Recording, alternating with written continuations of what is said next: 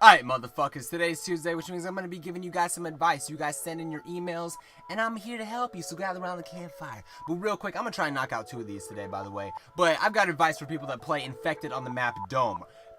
Everybody wants to climb up on the perimeter of the dome. They think it's the safest spot. And then I will hear, oh my god, I just got hit by the most random throwing knife. And it's just like, no. You are standing still. If you stand still, you're gonna get hit with a throwing knife. And it's not random. If you're standing still, that was precision, bitch.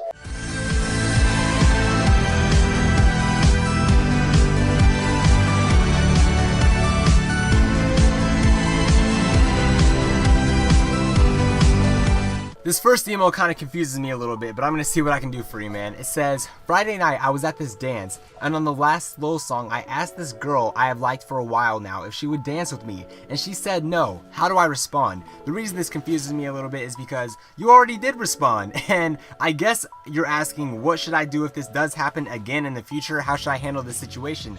I'm also curious as to how you did handle the situation, but this is what I would do. Now, everyone's got a different way of dealing with the situation. I'm not saying mine is the best or it's the right way. It might not be the most mature way to handle it, but in my opinion, this is the best to me, and this is how I would deal with it. Now, let's say I go up to a girl and I'm like, hey, would you like to dance? And she says, no.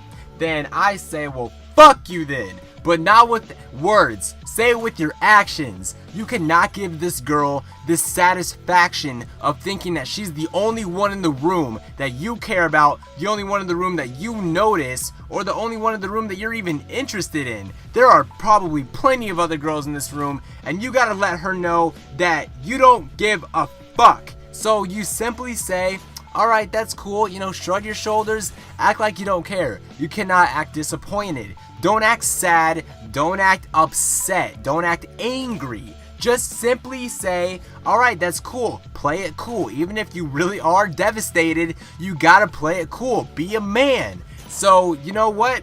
Turn around and walk away. Do not look back. Just don't.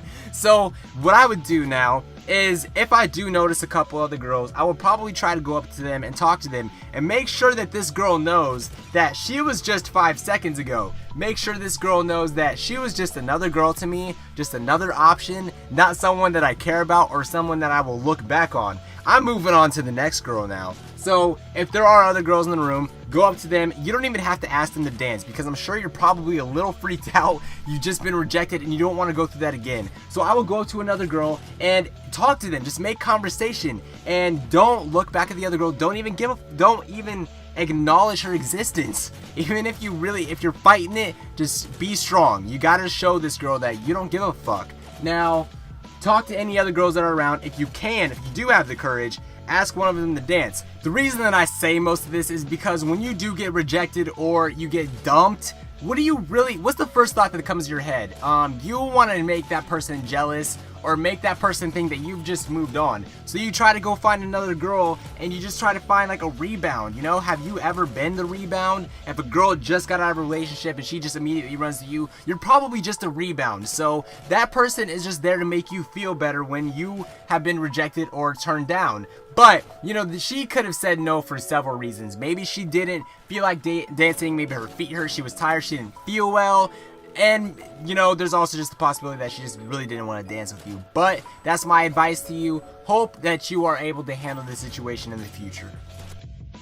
A couple hours ago, I got word from a girl that I hooked up with on Cinco de Mayo weekend that I was going to be a dad. I don't know what to do. I want to be in the child's life when it arrives, but I'm skeptical about trying to be with her.